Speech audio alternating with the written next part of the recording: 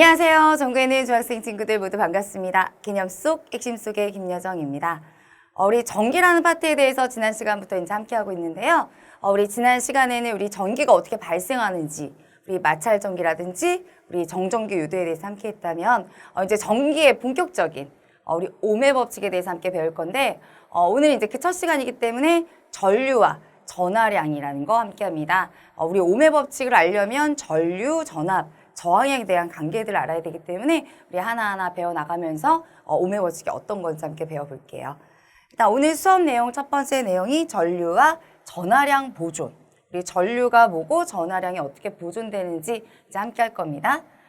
전류라는 것은 우리 전하의 흐름의 줄임이죠. 우리 지난 시간 전하라는 말 선생님 썼을 때 어떻게 설명드렸어요?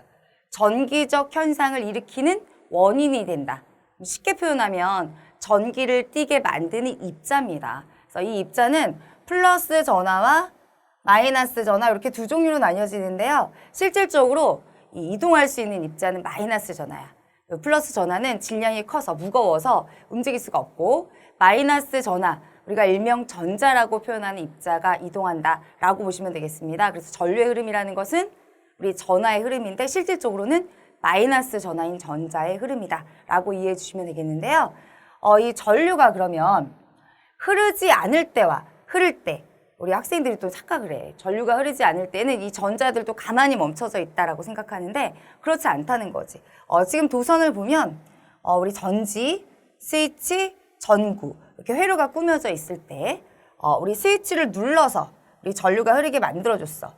그랬더니만 보시다시피 여기서 빨간색 알갱이는 이동할 수 없는 입자거든요. 이 입자를 우리가 원자 또는 원자핵, 우리 원자의 중심 부분을 이루는 원자핵은 플러스 전하로 되어 있는데 너무 질량이 커서 움직일 수가 없어요. 그래서 그런데 원자핵이 원자란의 대부분의 질량을 차지하기 때문에 그냥 원자라고 해도 되고요. 원자핵이라고 구분시켜도 돼요. 이동할 수가 없다라는 거. 반면에 지금 파란색을 띠는 작은 알갱이, 이 마이너스 전하를 띠고 있는 전자죠. 우리 전자들의 움직임을 유심히 살펴보면 이 전류가 흐르지 않고 있음에도 불구하고 전자들이 여기저기 막 움직이고 있어. 근데 화살표의 방향이 막 제각기 이동되는 것으로 봐서 이 방향은 일정한 방향은 아니고 그래서 우리 전류가 흐르지 않을 때도 전자들은 움직인다. 어떻게? 불규칙하게 자기 마음대로 막 움직이고 있어요. 그러다가 우리 전류가 흐르게끔 만들어준 거야. 여기 아까 스위치 열은 거야. 선생님 닫았다고 잘못 말했죠? 스위치를 열어서 전류가 흐르지 않을 때의 전자의 모습. 반면에 오른쪽은 우리 전류가 흐를 때죠. 우리 전류가 흐를 때 전자들의 움직임을 봤더니 일정한 방향. 여기 그림상으로선 오른쪽에서 왼쪽으로 이동을 하고 있어요. 우리 오른쪽이 건전지의 마이너스 극과 연결돼 있죠. 반면에 왼쪽은 플러스랑 연결돼 있어. 그러면 마이너스 극에서 플러스 극으로 전자들이 모두 다 한 방향으로 움직이고 있다는 거 우리가 살펴볼 수 있겠죠. 그래서 전류가 흐를 때 전자들은 한 방향으로 이동하고 있는데 그 이동하는 방향까지 보시면 전지의 마이너스 극에서 플러스 극으로 이동하고 있어요. 우리 전자 자체가 보시면 마이너스 전하로 이루어져 있죠. 그래서 정전기적 인력을 받아서 플러스 극으로 가는 거야. 우리 플러스 마이너스 사이에서 인력이 작용한다는 거 우리 배웠죠? 그래서 우리 플러스 극을 향해서 간다. 그럼 여기 보시면 우리 말풍선에 이렇게 나와. 전류가 흐르는 이유는 우리 도선을 따라서 마이너스 전하를 띤 우리 마이너스 전하로 이루어진 전자라는 애가 이동하기 때문에 이동하면서 또 전하, 마이너스 전하를 운반하게 되면서 그때 우리는 전류가 흐른다라고 표현하는 거죠. 그럼 전류의 방향, 전자의 방향. 선생님 실제 전류의 방향과 전자의 방향 왜 이렇게 구분 짓죠? 전류라는 건 전자들의 이동이잖아요. 그렇습니다. 맞아요. 그런데 전자라는 애가 발견되기 이전에 전류의 방향을 과학자들이 이렇게 정했어.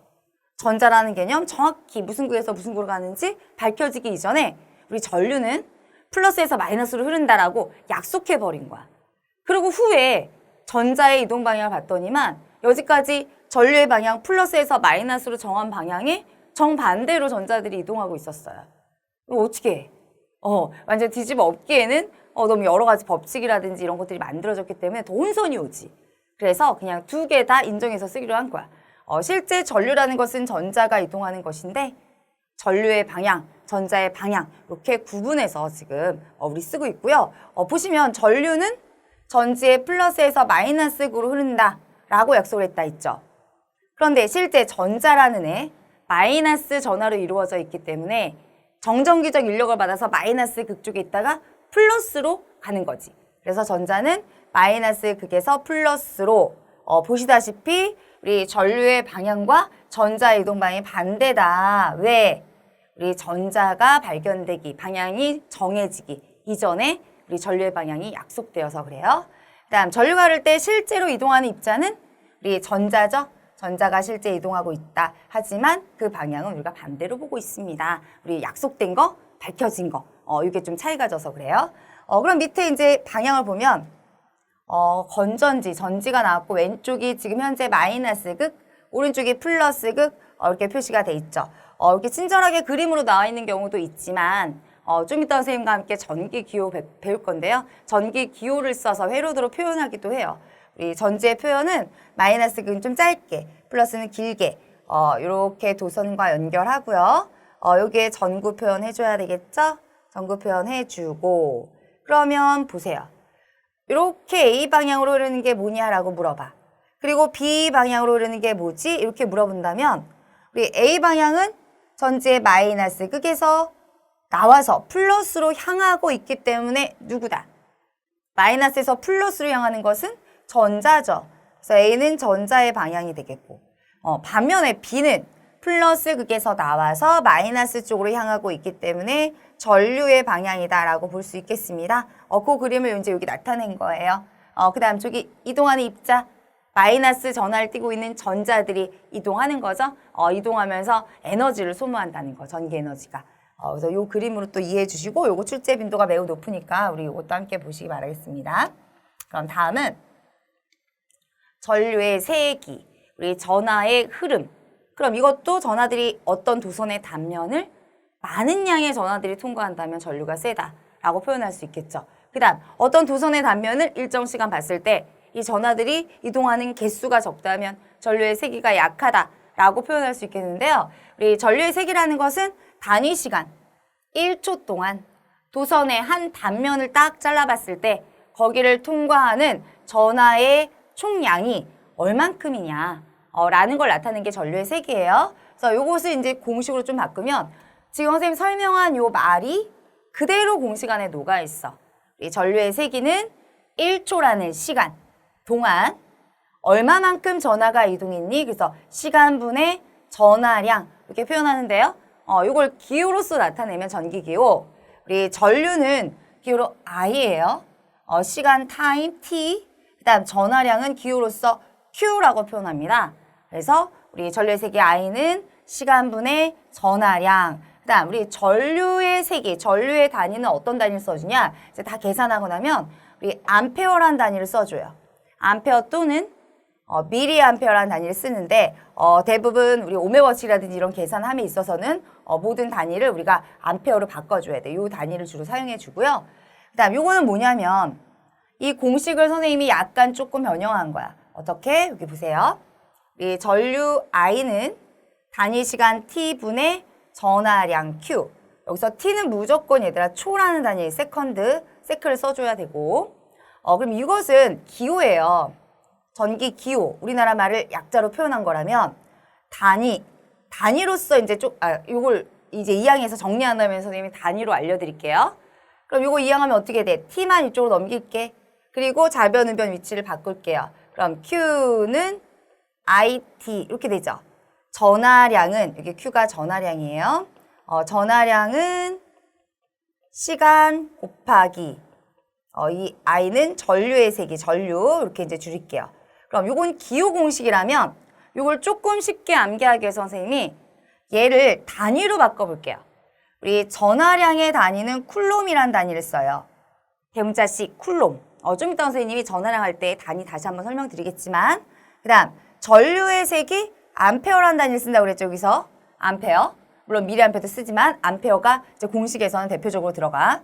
그 다음 시간. 우리 시간은 초를 쓴다고 그랬죠. 초를 영어로 이제 세컨드라고 하기 때문에 세크 이렇게 들어가면 돼요.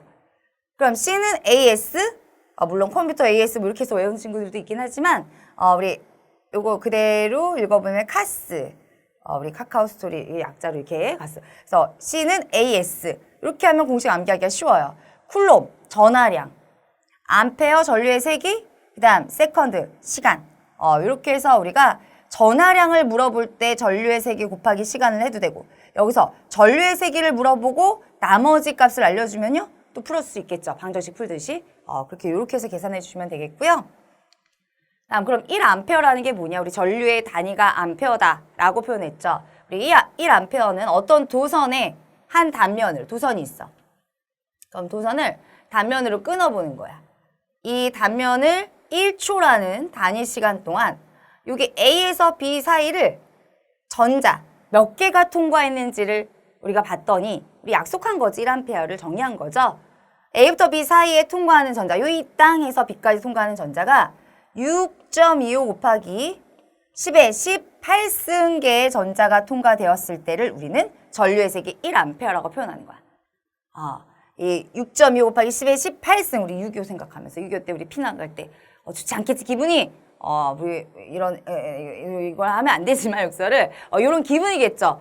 그런 기분 6.25 생각하면서 이거 암기해 주시면 되겠고요. 그럼 만약에 문제에서 1A가 6.25 곱하기 10의 아이고 이게 잘못됐어. 10의 18승이에요. 23개가 아니라 18승계의 전자. 그럼 2A는 이렇게 물어보는 거야. 그럼 뭐 10A는 이렇게 물어본다면 당연히 전류의 세기가 세진다는 건 단면에 전하들이 많이 통과했다는 거죠. 비례식으로 풀어주시면 돼요. 예를 들어 1A일 때 선생님이 6.25 곱하기 10의 18승계의 전자가 통과한다. 그런데 문제에서 10A일 때는 그럼 과연 전자의 개수가 몇 개냐? 라고 한다면 이렇게 비례식이 들어가면 되겠죠. 그래서 내항과 외항의 호분 같다라고 이렇게 풀어주시면요. X는 6.25 곱하기 10의 18승이고 얘는 10의 1승과 같기 때문에 10의 19승계의 전자가 통과할 때를 10A라고 한다. 이런 식으로 비례식으로 들어가 주시면 돼요. 다음 1A와 mA의 관계는 1A는 1000mA예요. 그래서 보통 mA로 나와 있는 경우는 값을 암페어로 바꿔서 공식에 대입해 주시면 되겠습니다. 다음 우리 전기 회로도에서 보통 기호를 쓴다고 했죠? 전기 기구에서의 기호. 보면 우리 전지 표시는 우리 마이너스과 플러스 있죠? 짧은 게 마이너스, 긴 게 플러스라는 거. 다음 스위치 이렇게 생겼고 지금 현재 스위치가 열려져 있어서 전류가 흐르지 않을 때 우리 전류가 흐를 때는 스위치의 모양이 이렇게 닫혀지는 거. 다음 전구고요. 전기 저항, 이제 앞으로 배울 내용인데 우리 전류의 흐름을 방해하는 애예요. 지금 보시면 찍찍찍찍 보통 니크롬선이라든지 이런 걸 전기 저항으로 많이 사용을 하는데 저항. 그다음 전류계, 어떤 회로의 전류값이 얼마인지 나타낼 때 우리 전류의 단위가 암페어이기 때문에 이 암페어를 써서 보통 밑에 일자 이렇게 된 거는 우리 전류의 방향이 일정한 우리 전류계 중에서도 직류 전류계라고 해요. 전류의 방향이 일정한. 다음 전압계. 우리 전압의 단위가 볼트거든요. 그래서 여기 볼트가 돼 있고 여기 밑에 일자 역시 우리 전류의 방향이 일정한 직류 전압계가 되겠죠. 전류의 방향이 또 주기적으로 바뀌기도 하거든요. 그럴 때는 우리가 교류라고 해서 이렇게 표현하는 게 교류 전류계. 역시 교류 전압계는 이렇게 표현하는 게 교류 전압계. 우리 가정에서 가정으로 공급되는 전류 같은 경우는 주기적으로 우리 전류의 방향이 바뀌어요. 반면에 우리 전지 같은 경우는 전류의 방향이 딱 정해져 있죠. 그래서 직류 전류계를 쓰는 거야. 다음 폐회로란 어떤 회로도에서 폐회로 또는 닫힌 개 이런 말이 나와. 전류가 흐르기 위해서는 이동 통로인 회로가 중간에 끊어지지 않고 모두 연결이 돼야 됩니다. 그런 걸 우리가 폐회로 갇혀있는, 닫힌 개 이렇게 표현한다. 다음 우리 전하량 보존 법칙은 뭐냐? 우리 전하라는 것은 전기를 띤 입자죠. 그 전하의 총량이 보존된다는 거예요. 그럼 보시면 도선에 흐르는 전하량은 도중에 없어지거나 소멸되거나 새로 없던 애가 생기지 않아요. 생성되지도 않고 일정하게 보존이 된다는 게 전하량 보존 법칙. 그럼 아까 전하량이 뭐였어요? 전하량은 기호로는 Q라고 표현하는 거고요. 전류의 세기 I 곱하기 시간 T. 그래서 Q는 IT. 이걸 단위로 바꿨지 쌤이 어떻게? 우리 단위 쿨롬이란 단위가 전하량의 단위예요. 그래서 전하량을 우리 쿨롬으로 바꾸고 얘는 기호고요. 얘는 다 구하고 단위 붙여줘야 될 때 쓰는 거지. 단위. 그다음 전류의 세기 단위 암페어에 시간의 단위 세컨드 쓰면 카스 공식. 이 공식에 대입하시면 좀 더 빠르게 풀립니다. 그래서 1쿨롬의 정의는 1초라는 단위 시간 동안 1암페어의 전류가 흐를 때 그때의 전하의 총량이야. 그럼 아까 1암페어는 전자 몇 개였죠? 6.25 곱하기 10의 18승계. 그러면 결국 6.25 곱하기 10의 18승계가 갖고 있는 전하량을 우리는 1쿨롬이라고 부르는 거야. 그러니까 1쿨롬도 6.25 곱하기 10의 18승, 그 다음 1암페어도 6.25 곱하기 10의 18승계의 전자들을 나타낸다라고 보시면 되겠습니다. 전하량이란 도선의 한 단면을 통과한 전하들의 총량을 묶어서 전하량이다라고 부르고 실제 마이너스 전하인 전자들의 양이기도 하다. 다음, 그럼 전구가 직렬, 우리 전구라는 것은 저항을 의미하고요. 직렬로 연결되어 있을 때와 병렬로 연결되어 있을 때 전하량이 보존되는 것을 우리가 관계식으로 나타내보면 직렬은 회로가 나란하게 쭉 연결되어 있는 거죠. 지금 두 개의 전구가 나란하게 직렬로 연결되어 있습니다. 우리 길이 하나예요. 전하가 흐를 수 있는. 그럼 어느 곳에서나 중간에 전하가 없어지거나 생기지 않기 때문에 일정하게 유지가 된다. 전류의 세기가 전하의 양이 똑같다는 것은 결국 그 전하의 양을 나타낸 전류의 세기도 일정하다는 거죠. 그래서 어느 지점에서나 똑같아. 여기 A 지점, 지금 IA라고 표현하면 되겠죠. 우리 전류의 세기를 전류계로 측정하고 있고요. 다음, 전구 하나를 통과하고 나서의 B 지점에서의 전류의 세기나 그 다음 또 하나 더 통과하고 나서의 C 지점에서의 전류의 세기나 어차피 똑같다라는 거. 그럼 예를 들어 A 지점이 5A의 전류라면 B도 5A, C도 5A. 전류의 세기는 직렬로 연결했을 때는 어디에서나 다 똑같습니다. 전구를 통과해도 전하량은 줄어들지 않고 감소하지 않고 일정하게 보존이 되고 있다. 바로 이게 전하량 보존 법칙이야. 그럼 병렬에서도 우리가 이걸 이제 적용시켜 보면 병렬은 길이 두 갈래로 잠깐 나뉘어졌다 다시 모이는 거죠. 그럼 두 개의 전구가 갈라졌다가 모이고 있어요. 그럼 이 경우는 나누어지기 전 도선에 흐르는 전류가 예를 들어 여기서 5A의 전류가 A점에서 흐르고 있었다가 B, C 두 갈래로 나뉘어지는 거야. 전구의 조건이 다르다면 예를 들어 B쪽으로 2A가 가요. 그럼 C로는 얼마가 갈까 이거야. 중간에 전하가 없어지거나 생기지 않기 때문에 잠깐 5A 중 위로 2A, 그럼 나머지 3A는 우리 C쪽으로 갔다라는 걸 우리 알 수 있겠죠. 다시 회로가 하나로 모이는 지점에선 5A가 되겠죠. 그래서 얘는 나누어지기 전 도선에 흐르는 전류와 나눠진 후 도선에 흐르는 전류의 세기는 두 개의 전류의 세기를 합하면 돼요. 그래서 이걸 표현하면 우리 A 지점의 전류의 세기 IA는 IB 플러스 IC, B와 C로 나눠서 흐른다는 거. 그래서 도선이 나누어지더라도 없어진 건 아니지. 잠깐 나눠서 흐른 거죠. 전하량은 일정하게 보존이 된다라는 거. 이거 기억해 주시면 되겠습니다. 바로 전하량 보존 법칙에 관련된 내용이었습니다.